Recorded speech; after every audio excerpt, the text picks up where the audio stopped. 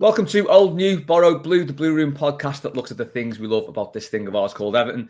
Each episode, I speak to an Evertonian about the favourite former player, current player they'd love to have seen at Everton, or player that Everton have loaned, because there's a couple of rules for that borrowed section, and the favourite Evertonian or thing about Everton. Old New Borrowed Blue.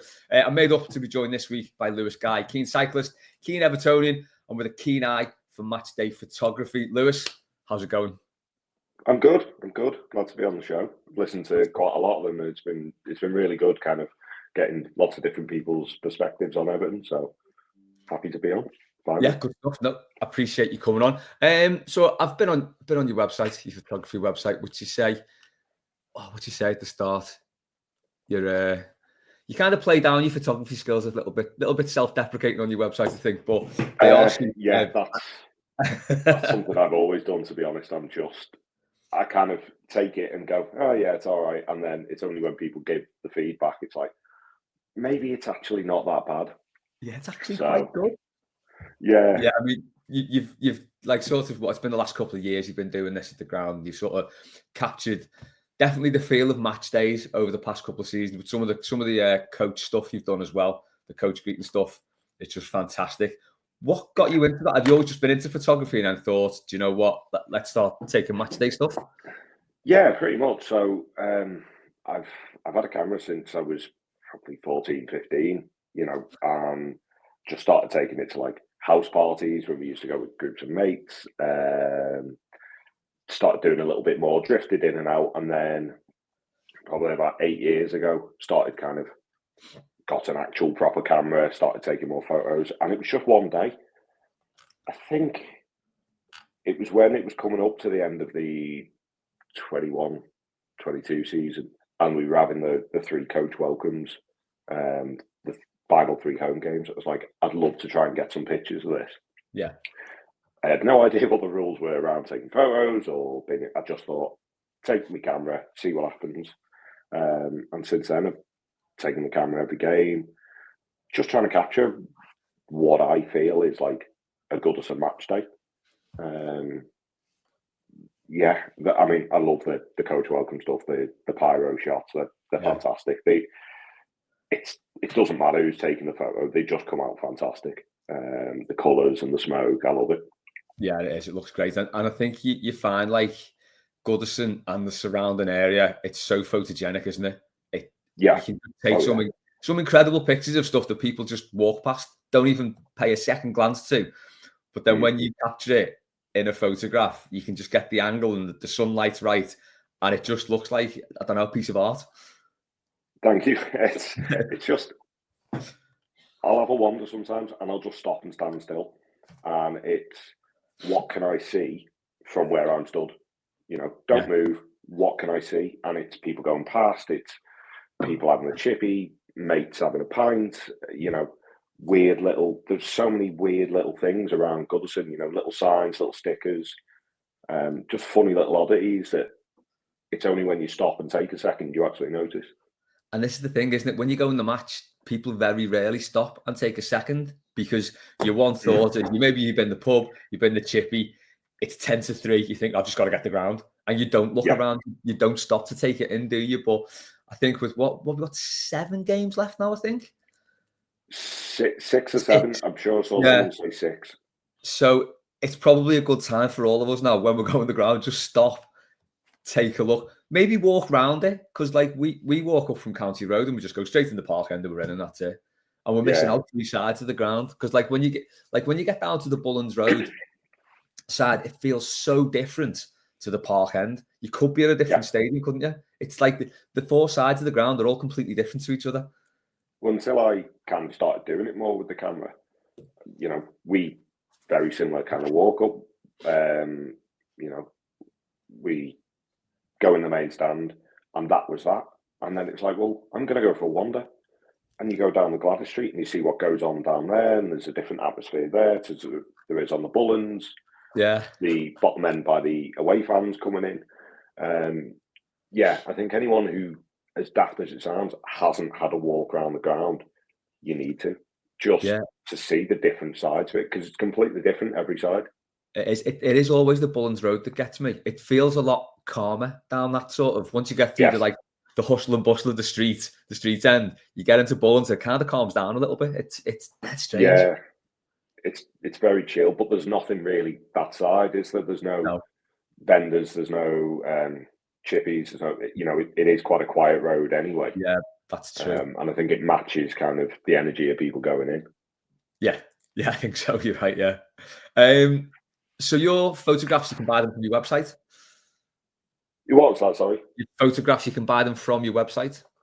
Yes. The full website, it's a bit of an obscure title, but it's on, it's linked in my Instagram and my Twitter. And it's just a selection of, it's photos of stuff that I could see having on my wall. Yeah. I've got a couple of them, because I think if you do photography, you should have your own prints at some point. But yeah, it's, like I say, it's stuff that I would see going on someone's wall, and anytime I get an order through, it's just fantastic, because it's like someone has made the decision to have my photos on the wall, and like, you don't get past that feeling. It's amazing. Yeah, that must feel lovely though. That must be great. Yeah. So yeah, I'll put a link to it in the description of this and everything, so people can go and have a look at that. Right, before we get into your choices, I always like to ask people what the first game was, or the first game you remember. I did this with your dad, and he had a bit of a shocker for his first game because it was at Anfield and Everton got beat. Please tell me yours was a bit better. It was slightly better in that it was Goodison. There's always been we can never remember exactly what my first game was, because I've tried asking my dad this, and he was just like, I can't remember. I think it might have been Crystal Palace in the League Cup, and I looked at the date and it was like September 21, and we got beat on penalties. I definitely remember we were sat in the park end. That's all I can kind of remember of it. Right. But yeah, for some reason we haven't got it noted down anywhere. We haven't got a ticket. It's just like, there was obviously a first game at some point, but no one can remember what it was.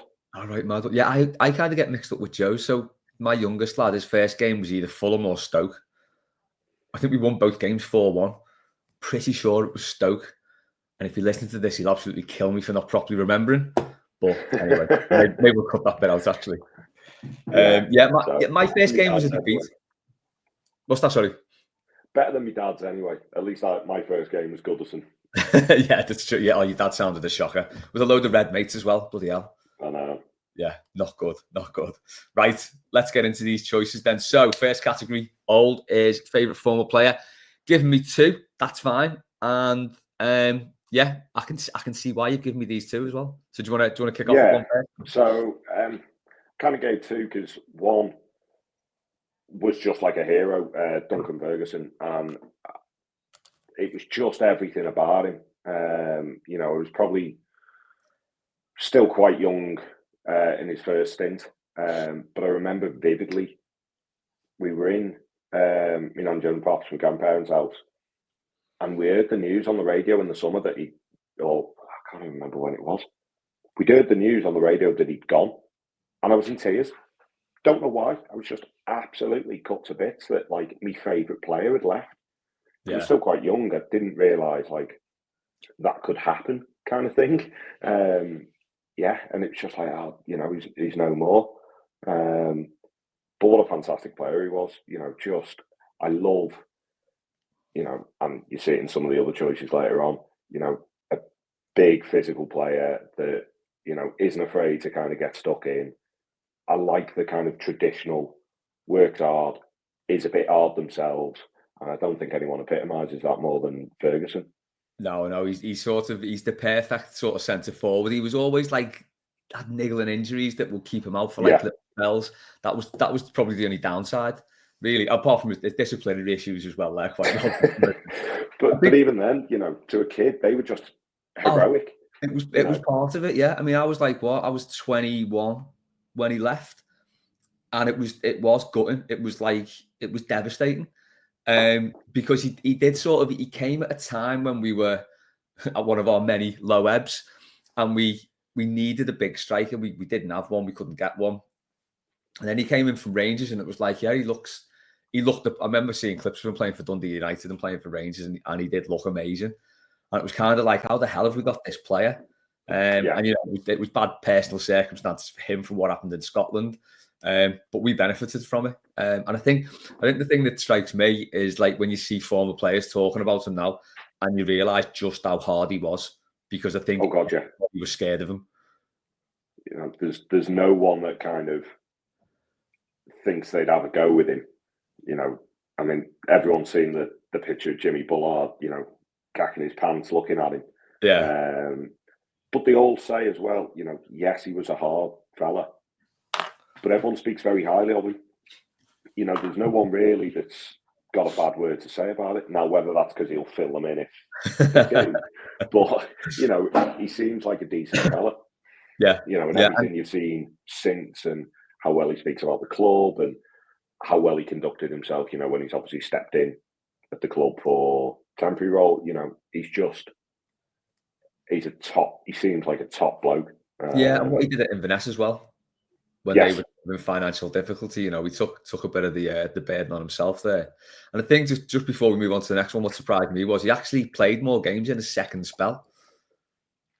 All right. So his first spell was 4 years. He played 107 games and scored 35. His second spell was 6. He played 123 games and scored 23.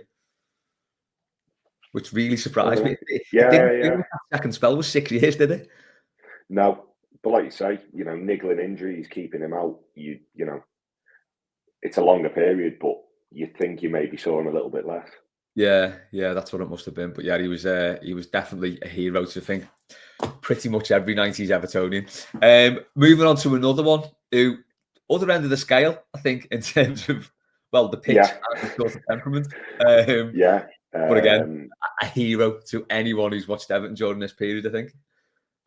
It's Leighton Baines, and it couldn't not be. He's just class. There is no other word to describe Baines. He is just class.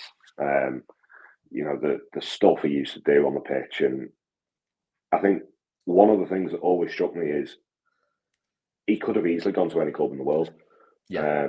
At that time, he was by far and away the best left back in the league. And he could have gone and won the lot. And he didn't, for whatever reason. Because I'm sure there must have been offers for him. I know when Moyes went to United, he wanted Baines, didn't he? I'm sure he tried to pick him up. And he didn't go, he stayed. And he's one of them players, and, Coleman's the same bracket. I'm gutted for the two of them that they will never win anything with Everton. Because I think out of a lot of the players of my generation, they deserve to. If anyone deserves to, it'd be them two. Yeah. But just some of his goals and some of what he did, I'll never forget the goal against Leicester. I think that was his last game, wasn't it? It was, yeah. In the cup. And I remember watching it, and it just came out of nowhere. It was like last minute injury time, wasn't it? It was like the game was done. We were out. Yeah. And he just plucked up that, and it wasn't like a one-off.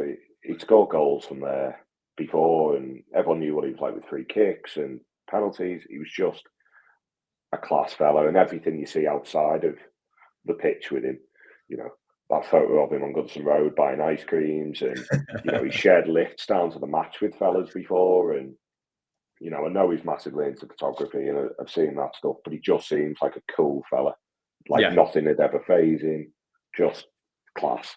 I think that rubbed off on a young kid, and seeing him again the other week for the Peterborough game was fantastic. Yeah, him and Coleman on the touchline. Well, you say, he'll never win a cup with us, but surprisingly, he looks like he wants to go into management, which has surprised me, to be honest, because as you say, he's got like other things that he likes to do. I thought he might have been one of these players who just was like, once he's done with football, he's done. Interestingly, I was reading a player profile from Joe Royle the other day. It was on Twitter. Joe Royle, when he played for Bristol City, which I didn't even know was a thing. But apparently, he played for Bristol City. And one of his ambitions was to win a cup. And he never won a cup as a player, I don't think. So it wasn't until he was manager of Everton and he won the FA Cup. That was his only cup win, as far as I know. So you never know. Leighton Baines could step up one day and Yeah, I was surprised he was going into. He just seems too laid back for management. Yeah, But no, that'd be the dream, wouldn't it? Someone like Baines winning a cup with us. That'd be fantastic. Is it too much to ask? Surely not. We've been through enough. No. We need something nice, don't we? We deserve it. Right, on to your favourite current player. This is mine and a very popular choice. Just before we go on to it though, like I've been doing this show for about a year or so now, and it's obviously gone through fluctuating periods with the team. And when we're playing bad, it feels really difficult to pick a favourite player, like when we're crap, because you kind of just dislike all of them. But this one, I think there's one player who was never. Some people do criticise him, but I don't quite get it.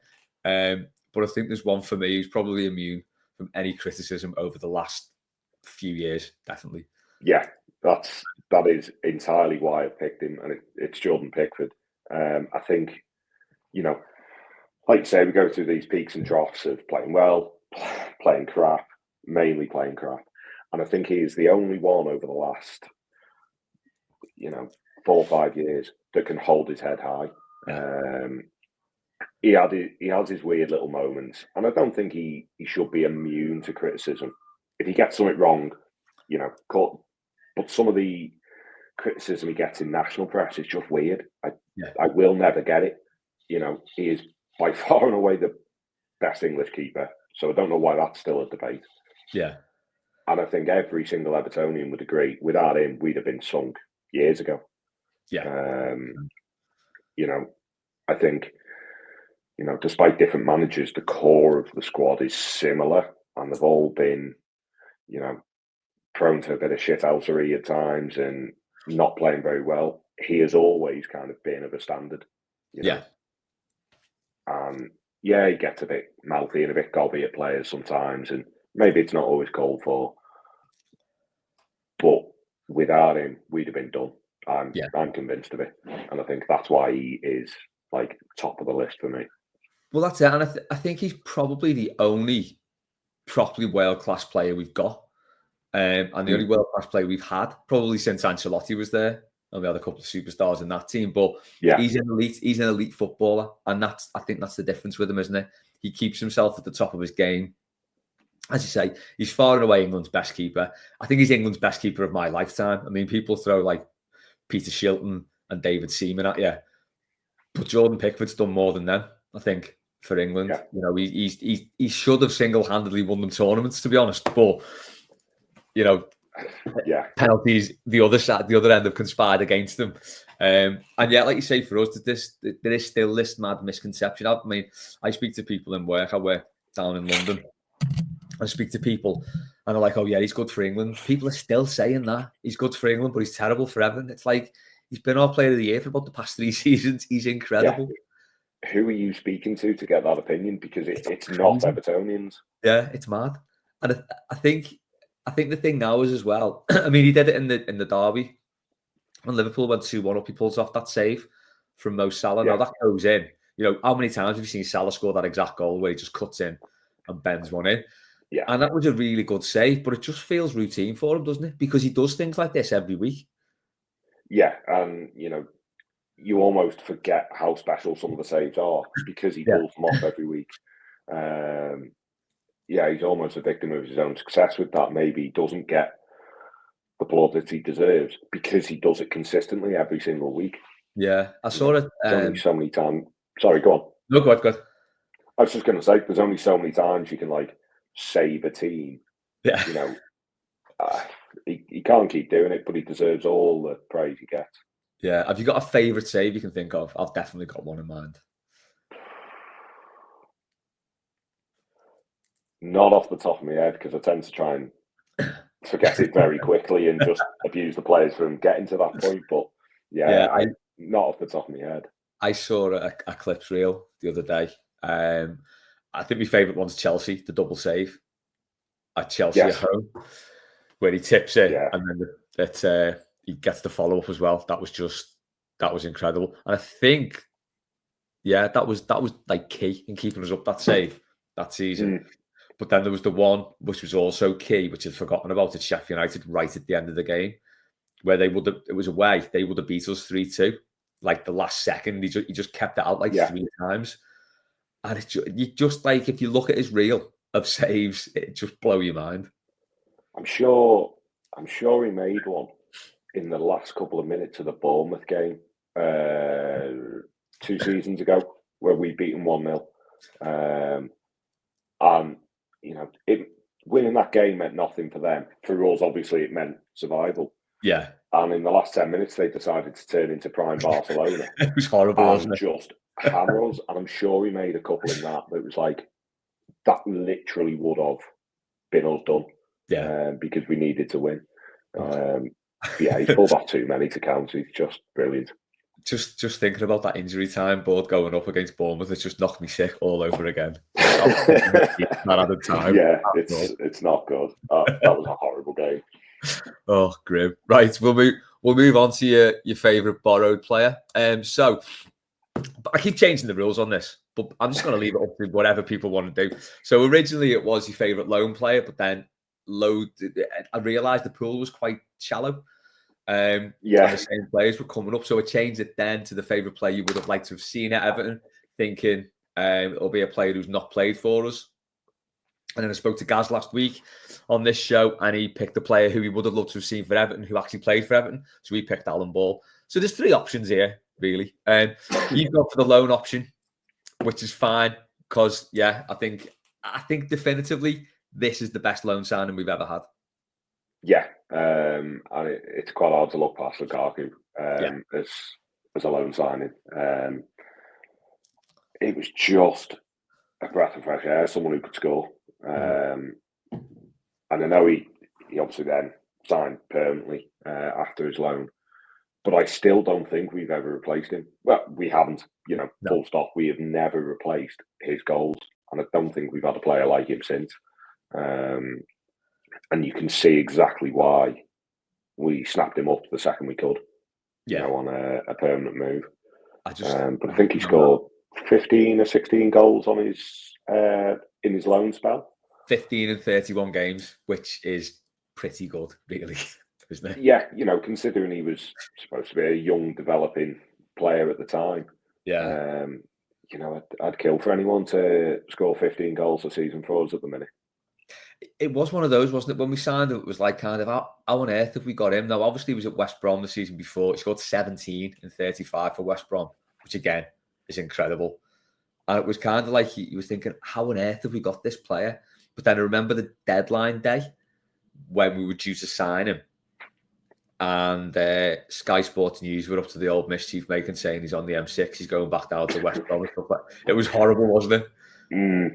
It was just so stressful thinking, right, are we going to sign him? Because as soon as he started netting forward, it was just like, this fella's incredible. He's got to be unreal. And how old was he then when he signed for us? He was early like 20s, early 20s, wasn't he? 21, 22. Yeah, I'll try and find out now. But yeah, he was just like, as soon as he came in, he just looked a step above, didn't he? A step above anything we'd had for years. Because when you think about like David Moyes' time there, certainly towards the end, once sort of, I think Jermaine Beckford was probably, oh no, we had Jelic, didn't we, and Naismith, but we never really had a consistently good striker since Yakubu. No. And even his time was cut short, wasn't it? So to get this fella in, it was like, right, we've got a proper striker here. And it made such a difference. Yeah. And that team was just like, still probably the most exciting Everton team we've seen in decades, really, wasn't it? Yeah, let's face it, you can play all the exciting football you want in the, before you get to the last third. But if you're not scoring goals, it means nothing, and to see us do all of that work beforehand, leading up to it, and then finish it off, it was brilliant. It was fantastic football. And we sorely miss someone who can score that many goals. Yeah. I think that's one. There's been many issues over the last few seasons. That's one of the biggest issues we've had, having someone who can consistently score. I think the last player we had the last player to do it was Calvert-Lewin under Ancelotti. Yeah. And obviously since then, he's dip back down. We've had no one come close. No, not at all. And I think as well as his all-round game, because he used to set up a lot of goals, he used to bring other players into the game. I think the one performance that sticks out for me was possibly Bournemouth at home when we beat them 6-3. And he scored that whaley after about 30 seconds, I think it was. It was just, when he was like that, you just couldn't get near him. No one could get near him, could they? No. And he sours it a little bit with the way he left. All talk of voodoo and taboo with his mum's shaman, or but ultimately, I mean, he's had a weird career since he left. He's never really kind of not kicked up like you thought he would. No, well, yeah. So I maintain that we definitely had his best years. Yes. And again, that was a team that should have won something. I think if any team was going to win anything, like in the last decade or so, it was that one. Went to United, played 60. He's never played more than 100 games. He's never played more than 72 games for any club since. So 66 games at United, 72 at Inter, 26 at Chelsea, 25 at Inter again, 32 at Roma, 22 at Napoli now. So he's scoring goals in all these, like, because it's 28 and 66, 47 and 72 at Inter, 8 and 26 at Chelsea. So he's keeping that goal scoring record up, but he's just never ever settled. That's too many clubs, that, isn't it, for a player like him? Yeah, in that time, if you're not, 70 odd games, it's 2 seasons. Yeah. If you're not really doing more than 2 seasons, 3 seasons, you're never fully establishing yourself, are you? No, it feels like something's going wrong, doesn't it?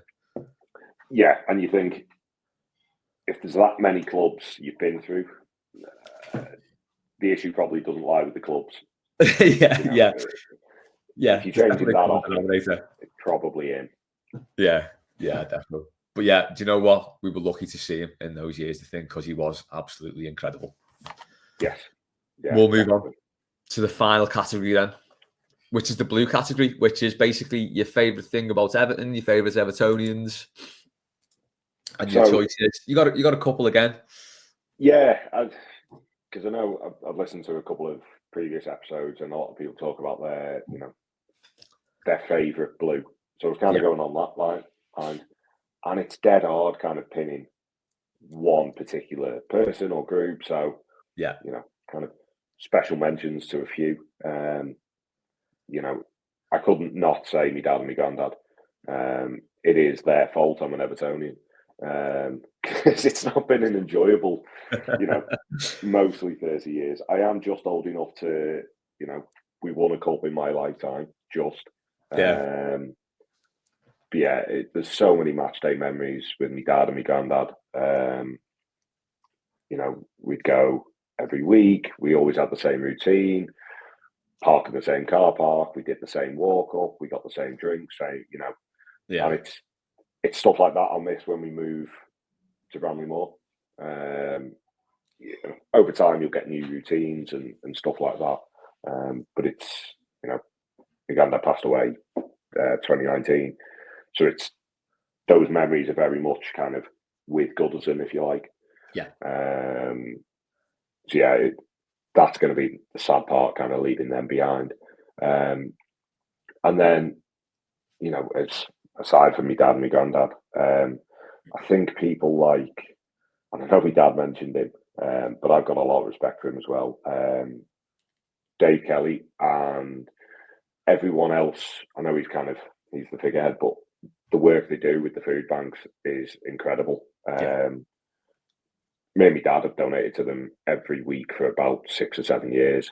That's part of our routine now. We walk up, we go to the Aldi, we get a bag, and then we drop it off. And you see that work and how it's used to help other people. I think it's incredible. And I'm glad that it has kind of spawned a bigger movement across the league, across different clubs. I know we all see which clubs come up with a certain chance. But it's weird because then I know from stuff you see on Twitter, their fan base are doing the same. They're supporting food banks, so it's a weird one. yeah, I think they should be massively applauded. I know Dave has been active for years, and Yeah. there was all the stuff with the Kirby move and other groups. I'm probably a little too young to remember all of that. I remember it happening, but not what was going on in the background. Yeah.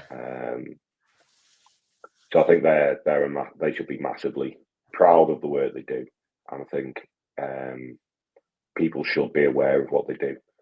Yeah.